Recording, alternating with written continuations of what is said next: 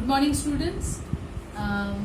As we had completed already our second chapter of final accounts, which has more marks. Okay, so we have already completed it. I request you to keep doing the sums of textbook again and again so that you can be thorough with that.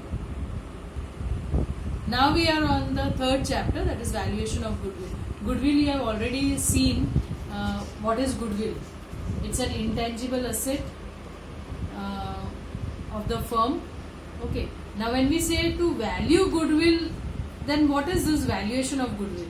Okay, so valuation of goodwill is that you are measuring the reputation of the company. Now how do we measure this reputation of the company? It is always on the basis of that profit that is earned by the firm. So what capacity of profit can be earned, that is a measurement to goodwill. Now to find out this value of goodwill, we are using four methods. Okay, average method, weighted average method, super profit method and capitalization of profit method. Now we are now going to see the factors which affects goodwill. Now, which are the factors that affect goodwill? First one is the nature of business. What type of business are we running? Okay, so that affects. If it's a business which has more profit can be earned more, then what happens to that type of goodwill? The goodwill of the firm rises. Second point is about location of business, where the business is located. If it is at a point at the center of the city, and then the profit can be earned more. So if the profit is earned more, then the goodwill of the firm also rises. The period of business, that how longer period the business survives in the market. The more the longer period the business survives in the market, the goodwill of the firm also becomes higher. Market situation. Suppose if the firm has monopoly in the market, okay, or any firm that has monopoly in the market, the goodwill of such a firm remains always high. Efficiency of manager. So when a firm has efficient management in the firm, automatically what happens, the goodwill of the firm also rise, because if the efficient management has efficient managers in it, then these managers tend to increase profit, and if profit increases, what happens, the value of the goodwill also rises. So these are about the factors that affects the goodwill. Now why there becomes a need to value goodwill? Why goodwill has to be calculated? What is the need to calculate goodwill?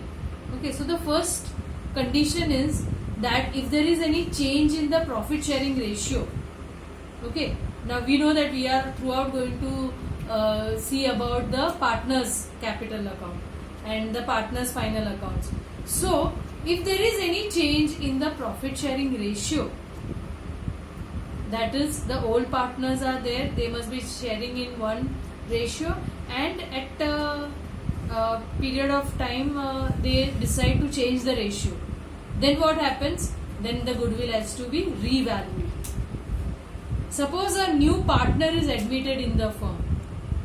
Okay, suppose there were only two partners sharing 1:1 ratio, equal ratio, and a new partner is admitted.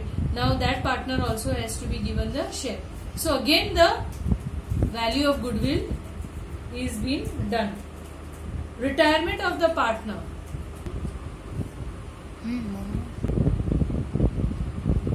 Retirement of a partner or a death of a partner.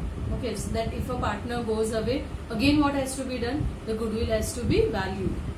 Then conversion of partnership firm into a company. So when it is a partnership firm, it's a small company, it's a small firm. Okay, and what happens? Slowly the production increases, and if the production increases, that firm gets converted into a company. So when a partnership firm gets converted into a company, again the valuation of goodwill has to be done. Next is amalgamation of a partnership firm. Amalgamation of a partnership firm means when one or two companies they merge into forming one company. Okay, A company is there and B company is there, and both the firm gets amalgamated, merged. Then again the valuation of goodwill has to be done. Okay, so this is about the factors that affect and the necessity of valuation of goodwill that we have seen, and what is goodwill that also we have seen. Now we will see on the board about the methods of valuation of goodwill. So how the different methods of valuation of goodwill is to be done in different circumstances, that we will see. So these are the different methods of valuation of goodwill. Now average profit method, weighted average profit method, super profit method, and capitalization of profit method. So these are the 4 methods that you have to learn for this chapter. Now see here, average profit method. How we find out average profit method? What will be given to you is the profit of different years will be given to you. Say for example, 2001 is given, profit of 2002 is given, profit of 2003, 2004 is given to you. Okay, so all these years different profit is given to you. What you have to do, you have to total this profit and divide with the number of years. So the formula is total profit upon number of years. This is the formula for average profit method. Okay. The next one is, the second one is weighted average method. Now when is this weighted average profit method is used? Listen very carefully. Weighted average profit method is used in a circumstances where there is increase or decrease in profit. If the trend of profit either increases or decreases in profit, then you have to find a weighted average profit method. Sometimes in question is not given to you to find out weighted average profit method, but it is given to you find average profit method.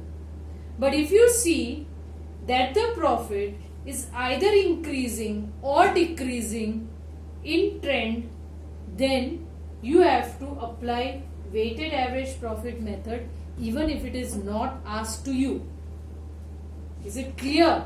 Even if it is not asked to you, you have to find weighted average profit method. Afterwards don't tell me, teacher आपने तो पूछा ही नहीं average weighted average profit method, आपने तो average profit method पूछा. Don't tell me that.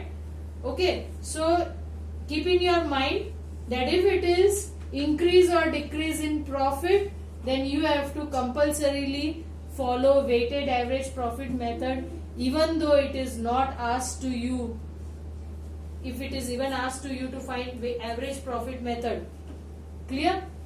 Now in these circumstances, now you understand that when you have to use this weighted average profit method. Okay. So now how you are going to do this? Suppose for the year 2001, 2002, 2003 is given to you. Say 10,000, 15,000 and 20,000. You can see the profit has increased for the years.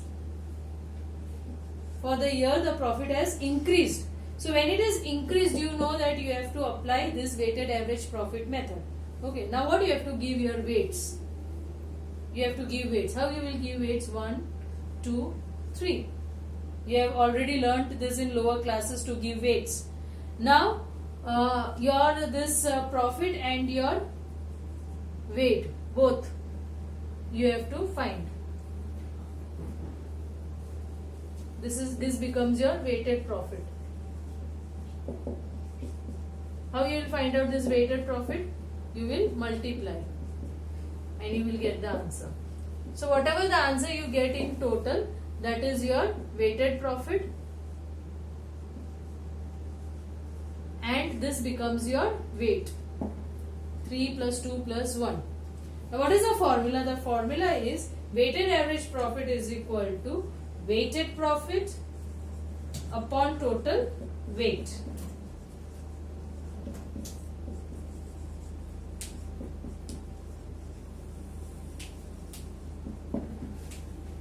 So today I am only going to show you about these two. We will do illustrations and examples of these two.